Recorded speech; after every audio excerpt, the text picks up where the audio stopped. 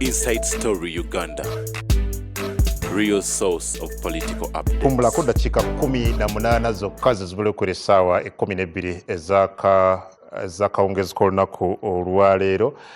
Program NBS Ego kwetuli era nga tukubaganya ebirowoozo ku kyabadde mu lukuŋŋaana lw'ekibiina oba mu lusirika lw'ekibiina kya NRM ky'ababaka ba Parliament abajja. Yeah, but tuyina breaking news story okusinziira wano ku kibiina kya National Unity Platform. Bw'ogenda ku mikulu gyabwe egy'enjawulo okusingira ogwa X baga nti omubaka wa Parliament omukyala wa district y'e Kalangala Honorable Helen Nakimuli afudde. Honorable Helen Nakimuli omubaka wa Parliament omukyala wa district y'e Kalangala mu nakibiina kya NUP okusinziira ku mawulire agayingira wano afudde. Ebisingako awo tujja kuba tubatuusaako mawulire gaffe ag'enjawulo ne ku mikulu gyaffe egy'enjawulo, but okusinziira ku kibiina kya NUP ne batadde ku mukutu gwabwe ogwa X baga nti Honorable Helen Nakimuli oyo gw'olaba ku screen yo omubaka wa Parliament omukyala owa district ey'e Kalangala avudde mu bulamu bw'ensi eno. Ebigambo bye batadde ku mukutu gwa X bigamba, "What a heavy blow. We are deeply devastated by the news of the death of the Kalangala District Woman Member of Parliament, Honorable Helen Nakimuli, who has passed on after an unsuccessful surgery. Our thoughts and prayers are with her family, friends and comrades."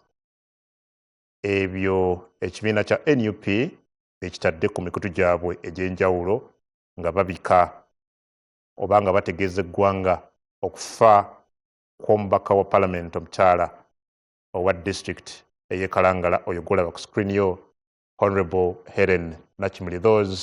That is the tweet eteereddwa ku mikutu gyabwe ng'ekibiina kitalo nnyo nnyini ddala ekya Honorable Helen Nakimuli. Mawulire mabi, mawulire ganyiike. Ndowooza Honorable Gorette Namuga, njagala tutandikira awo. It's very sad that we've lost with your friend, your colleague, Honorable Helen Nakimuli.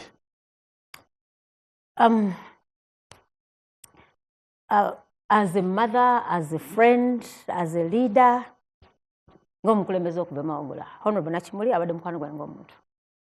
Era Katonda ansaasire to gather the courage sobole okwekuŋŋaanya. Mukkirize ng'ekibiina tufunye okusomozebwa kungi nnyo. Ti Honorable Nakimuli twakava mu kalulu ka 2026 akabaddeako okusomozebwa kw'ekika ekyowaggulu. Katonda n'abituyisaamu mu mbeera yonna nga bwe mwagiraba amagye biki ne tusomoka naye Omukama yasalawo. Era ebiseera ebisinga ngamba abantu tukoleko bye tusobola. Katonda obulamu bwakuwadde ebiseera byakuwadde tubikozese bulungi. Tuweereze bannayuganda ku lwange, ku lw'abannamawugola, ku lw'abakulembeze abakyala. Ssebo nkiikirira WOPA ekibiina kyaffe eky'abakyala mu Central Region.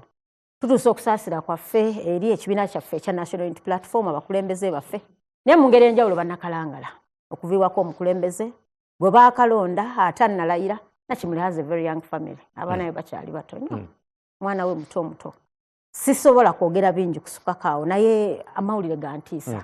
Fena tugafunidde wano, Omukama yatuweera yajjawo. Tusaba ayongera otugumya fenga Nuupu mujjukire spokesperson waffe Mufumbiro abadde yakafiirwa omukyala. Idris yafudde kansa, Nakimuli afudde bulwadde bwa mutima. Era nsaba tusinzire wano nga Deputy Chairperson Kachiko Park twabadde twakafeesinga Heart Institute and Cancer Institute. Ekyamazima ebitongole ebyo obulwadde bweyongera naye ssente tubiwa ntono. Ate era bwe natunuulidde mu appropriation bill budget eddako era ssente zikyali wansi. Nalabye Cancer Institute eri ku bilioni 9.9 naye nga Cancer Institute omwaka gw'ebyensimbi 2024-2025 baali basabye kumpi bilioni 10 okusobola okuba n'eddagala erijanjaba obulwadde bwa cancer. Equally ne heart ziri very underfunded. So Nakimuli afiiridde mu Uganda. Wali Gambia abala badde babafulumya so nze nsaba amalwaliro gaffe tugongeremu gwe mutye nasobola okufa fena tusobola okufa so bye tubadde tugamba bano bannaffe sente tuziteeke mu bino ebituyamba tusobole ffenna okulaba ng'obuweereza obwo tubugabanako.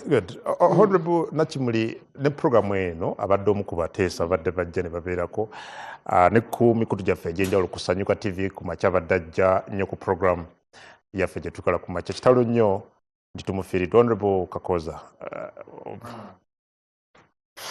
My friend,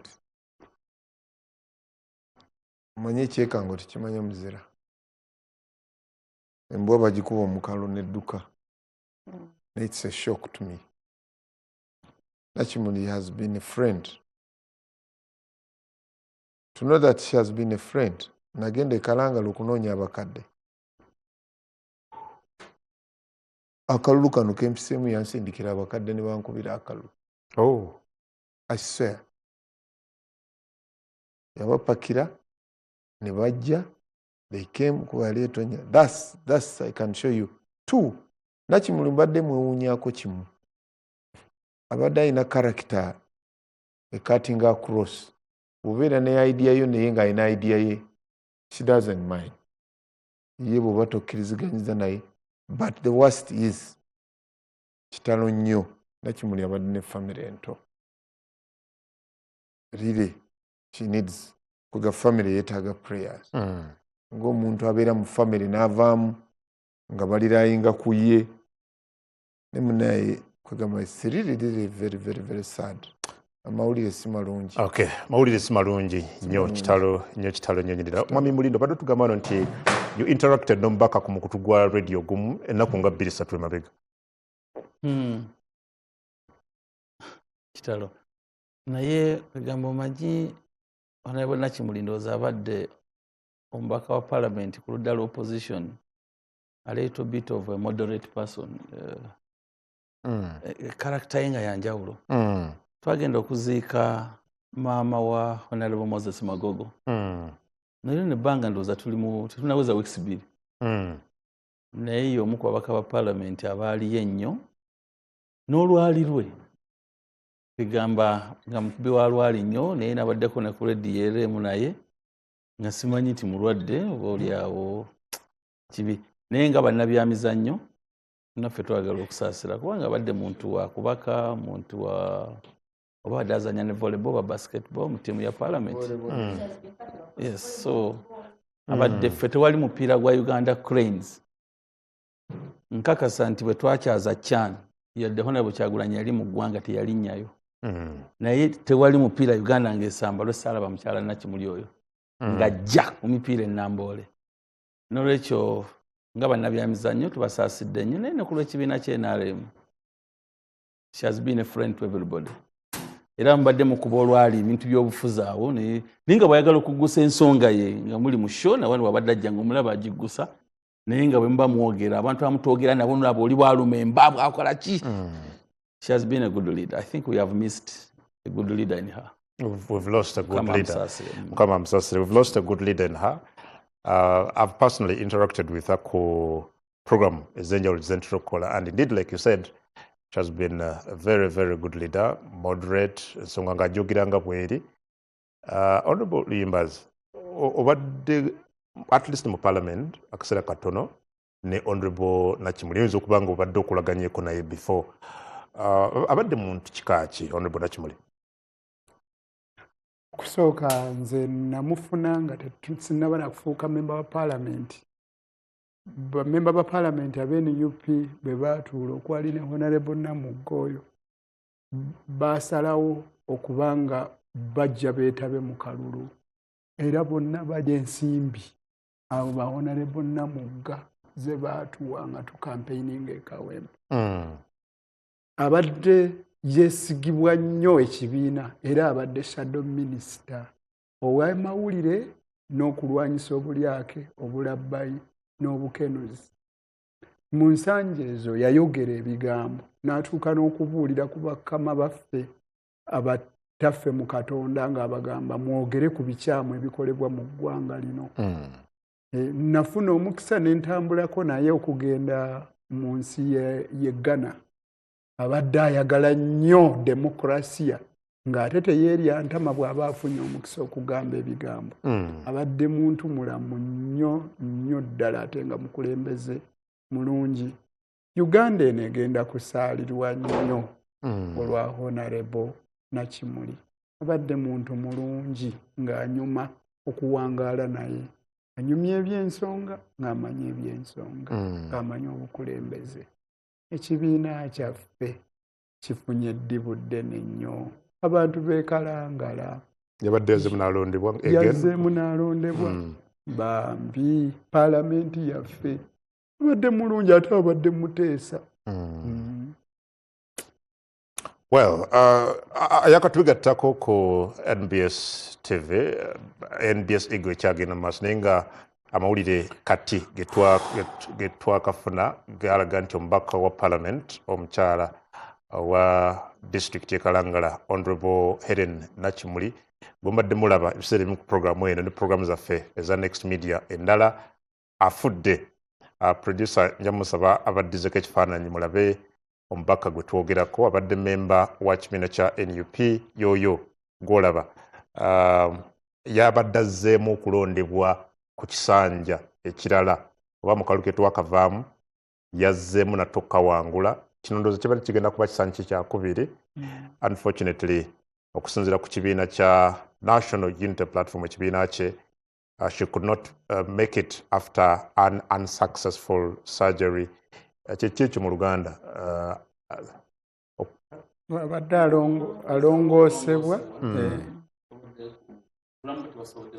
tebasobodde kubutaasa oluvannyuma lwa surgery ebadde ekolebwa naye oba okulongoosebwa okubadde kukolebwa naye details ezisingako awo tujja kuba tuzifuna mu mawulire gaffe ag'enjawulo, but what we can confirm okusinziira ku kibiina kye ekya NUP omukyalo oyo avudde mu bulamu bw'ensi eno. Ye mbaka wa Kalangala abaddeko era nga yabadde awangudde ekisanja kino nakyo ogenda mu Parliament ey'ekkumi n'ebbiri naye tasobodde kubeera nga kikola. Honorable Salim, comment otu ku mubaka kati avudde mu bulamu bw'ensi? Okufa tekumanyirika naye tulina okukkiriza nti Katonda atwazika mu bulamu ekiseera ky'abakwaziseemu kino. Era nze nsaba Katonda nti ebyakoleddemu ebirungi Katonda abimubalire ebiba bimweyimirira. Naye bino ebintu by'okufa ffenna bitukanze kubanga abamu bagamba baddeko bawuliziganya naye mu nnaku ntonotono okulaba ng'asirise. Naye nze nyina okukkiriza nti Katonda alina ensonga ye. Waliwo Katonda wagamba nti sijja kuleka kwesitaza kigere ekyo bw'onoobanga omulungi kubanga mpulidde baganda bange waliwo buli muntu ayogera ebirungi bye. Kati Katonda ebiseera ebimu bw'alaba nga oli mulungi n'alaba nga enkya ogenda kwonoona ate ayinza okutwala. Kuba nti ffe nga abalya mmere tutya nnyo naye ffe tusaba busabye Katonda nti amusasule obulungi mu bulamu bw'abadde amuwadde ku nsi kuno. Kitalo nnyo naddala famire n'abantu babadde akiikirira naye okusingira ddala famire abaana aboogeddwako abato bigenda kwogerwawo atulumye nnyo abaana bambi bamale baveeyo basigale nga. Naye tusaba abasemberedde mikwano gye babeere okulwa abaana abo. Naddala nze ku kintu ky'abaana nze manyi n'ekitongole ky'abaana nimwa nnyo nnyo ku ky'abaana kulabirira abaana. So nti abantu ddala abaana byabufuzi mikwano gye abaana bano babateerewo ekkubo eddungi basobole okufuna obulamu ate obw'omu maaso. Kitambula. Okay, era ndowooza tetujja obuddefu bweddeyo naye nga twagala kusaasirako bannakibiina kya NUP Parliament eggwanga lirina okutwaliza wamu bannakalangala famire n'emikwano gya Honorable Helen Nakimuli baka maybe okubajjukiza katono nga NUP bwe butadde ku mukutu gwayo producer ffe singa obutuddiza ku screen yo olabe ekibiina communication gye kikoze nga kiranga okufa kwa memba w'ekibiina kino omubaka wa Parliament omukyala akiikirira district ey'e Kalangala bwebwo nga bw'obulaba. The breaking news story is Honorable Helen Nakimuli is dead. Baka nga bw'obulaba obugamba what a heavy blow. We are deeply devastated by the news of the death of the Kalangala district woman MP Honorable Helen Nakimuli, who has passed on after an unsuccessful surgery. Our thoughts and prayers are with her family, friends and comrades. Ekyo kyekiwandiiko ekibiina kya NUP ekitadde ku mikutu gyabwe nga balanga oba nga babika okufa kwabadde omubaka wa Parliament omukyalo wa disitulikiti e Kalangala ate era nga yazzeemu n'awangula ogenda mu Parliament ey'e12 afudde oluvannyuma lw'okulongoosebwa okutabadde lw'obutaddangulu oluvannyuma lw'okulongoosebwa unsuccessful surgery nga bw'olabaawo kitalo nnyo nyini ddala. Ndowooza Honorable Nakimuli ye yekka opposition yali awangudde akalulu. Era lumuladde mbuuza ku CBS nti gwe wakikola otya constituency zonna. Mwaswala mu bba. Kubanga Honorable Kabu yali Kabuusu waliwo yali waawo. Kyamuswa Honorable Kabuusu Moses bamukuba akalulu. Ye n'agira naye kyetugamba n'aŋŋamba nti yali alondebwa abantu aba buli kika. So I think character ye ebadde si ye y'abannamugga. Character ye badde yanjawulo. Beera omuntu omukulu tosagira bintu biri serious. No, that is wrong. No kituliko. Sebo ekyo kikyamu, that is wrong. No, that is wrong. Mulendo ayiga okwefuga, mulendo ayiga okwefuga. So abadde ne character nga ye yekka. Mubba obululu muddawo mu character ye. Si DNA y'abantu. Tebadde DNA y'abantu. Kati alina obusungu lwakuba yagwa. No, that is wrong of him. Beera ng'omuntu omukulu wekyetagisa